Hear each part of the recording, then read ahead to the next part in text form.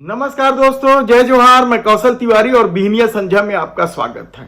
एक तरफ प्रदेश में भ्रष्टाचार चरम पर है।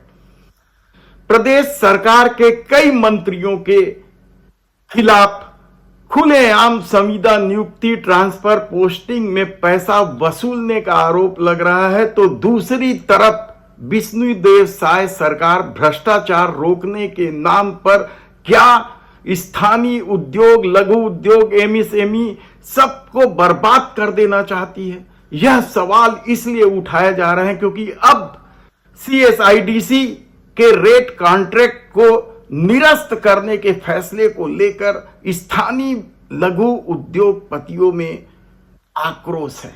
कहा जा रहा है कि इससे प्रदेश के लघु उद्योग बर्बाद हो जाएंगे। छोटे उद्योगपतियों के सामने नए तरह का संकट खड़ा हो जाएगा। एक तरफ बिजली कटौती को लेकर उद्योगों की स्थिति वैसी ही खराब है। बिजली की कीमत में भी आते ही डबल इंजन की सरकार यानी विष्णुदेव साय की सरकार ने बढ़ोतरी कर दी थी। इसे लेकर पिछले दिनों उद्योगपतियों ने मुख्यमंत्री से मुलाकात भी की है।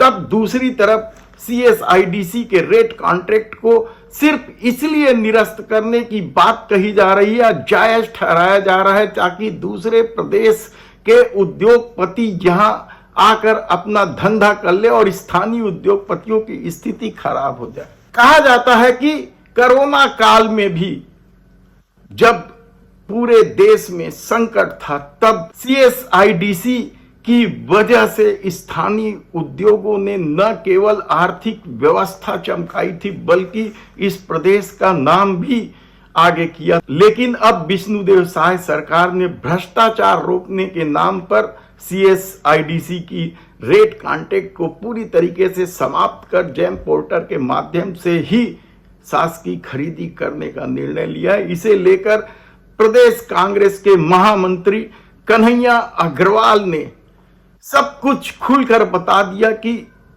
सरकार की मंशा क्या है। पहले कन्हैया अग्रवाल को सुन लीजिए।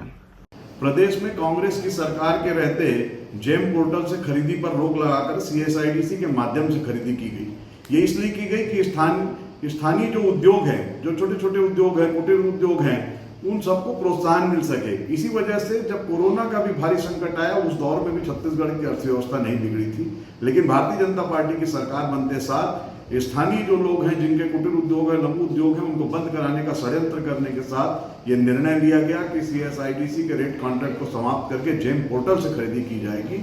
इसके माध्यम से यदि खरीदी होती है तो हजारों उद्योग जहां बंद होंगे, वहीं लाखों श्रमिक बेरोजगार हो जाएंगे। इसकी जिम्मेदार प्रदेश की सरकार होगी। रायपुर दक्षिण से विधानसभा के प्रत्याशी भी रहे, वे चुनाव भी लड़ चुके हैं और व्यापारी नेता माने जाते हैं कन्हैया अग्रवाल, और उन्होंने साफ तौर पर सब कुछ साफ कर दिया है कि आखिर सरकार की मंशा क्या है, किस तरीके से स्थानीय उद्योगों को समाप्त करने की कोशिश की जा रही है। देखना है कि इस मामले को लेकर छत्तीसगढ़ चेंबर ऑफ कॉमर्स या कैट किस तरह की प्रतिक्रिया व्यक्त करती है। हालांकि अभी तक वे कई मामलों में चुप्पी ओढ़े हुए हैं, चाहे जीएसटी का मामला हो या फिर यूजर चार्ज का मामला हो। सब मामले में चेंबर की भूमिका आश्चर्यजनक रूप से चुप्पी लिए हुई है। तब सीएसआईडीसी के रेट कॉन्ट्रैक्ट को निरस्त करने के मामले पर चेंबर की क्या भूमिका होती है, यह देखने की बात होगी। धन्यवाद।